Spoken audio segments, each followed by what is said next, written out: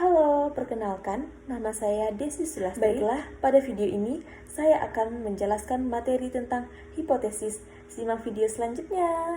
Hipotesis merupakan pernyataan penelitian tentang hubungan antara variabel-variabel dalam penelitian, serta merupakan pernyataan yang paling spesifik.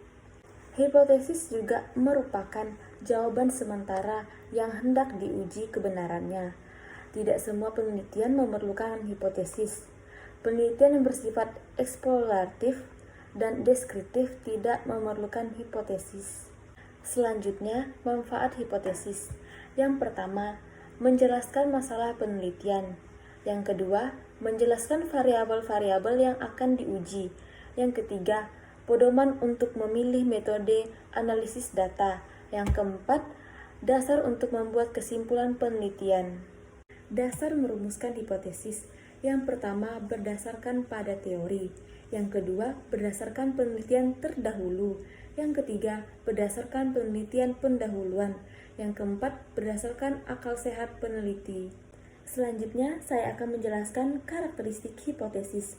Yang pertama, konsisten dengan penelitian sebelumnya. Yang kedua, penjelasan masuk akal. Yang ketiga, perkiraan yang tepat dan terukur. Yang keempat, dapat diuji.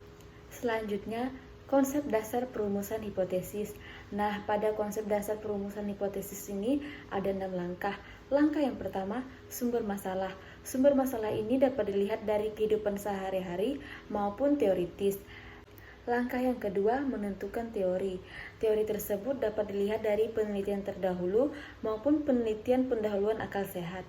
Langkah yang ketiga, perumusan hipotesis. Dan langkah yang keempat, instrumen penelitian variabel data. Langkah yang kelima, pengujian hipotesis. Dan yang keenam, kesimpulan dan implikasi. Jika terdapat implikasi, dapat dikembalikan lagi ke dalam sumber masalah dan dapat dirumuskan kembali sesuai konsep yang telah ditentukan. Dalam sebuah penelitian, hipotesis dapat dinyatakan dalam beberapa bentuk. Yang pertama itu bentuk hipotesis nol. Hipotesis nol merupakan hipotesis yang menyatakan hubungan atau pengaruh antara variabel sama dengan nol, atau dengan kata lain, tidak terdapat perbedaan hubungan antara pengaruh antara variabel. Yang kedua, hipotesis alternatif. Hipotesis alternatif merupakan hipotesis yang menyatakan adanya perbedaan hubungan atau pengaruh antara variabel tidak sama dengan nol, atau dengan kata lain, terdapat perbedaan hubungan atau pengaruh antara variabel, atau merupakan kebalikan dari hipotesis alternatif. Pembagian hipotesis. Yang pertama, hipotesis deskriptif. Contohnya, pelayanan rumah sakit Elga Waras tidak memuaskan. Yang kedua, hipotesis komparatif. Contohnya, rumah sakit Enggal Sempuh lebih memuaskan dibandingkan pelayanan rumah sakit Enggal Waras. Yang ketiga, hipotesis asosiatif.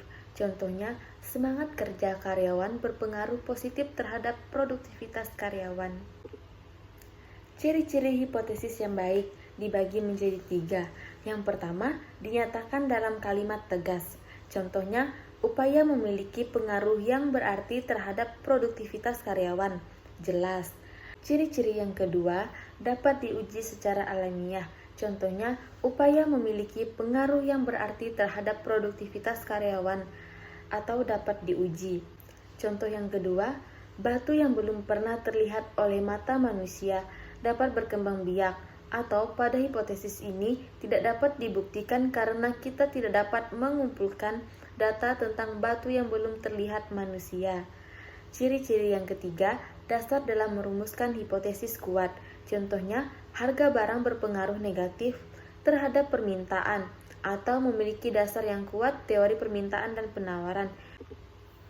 Contoh yang kedua, uang saku memiliki pengaruh yang signifikan terhadap jam belajar mahasiswa atau tidak memiliki dasar yang kuat. Sekian materi yang dapat saya sampaikan. Jika ada salah kata atau penyampaian materi yang salah, saya mohon maaf. Terima kasih.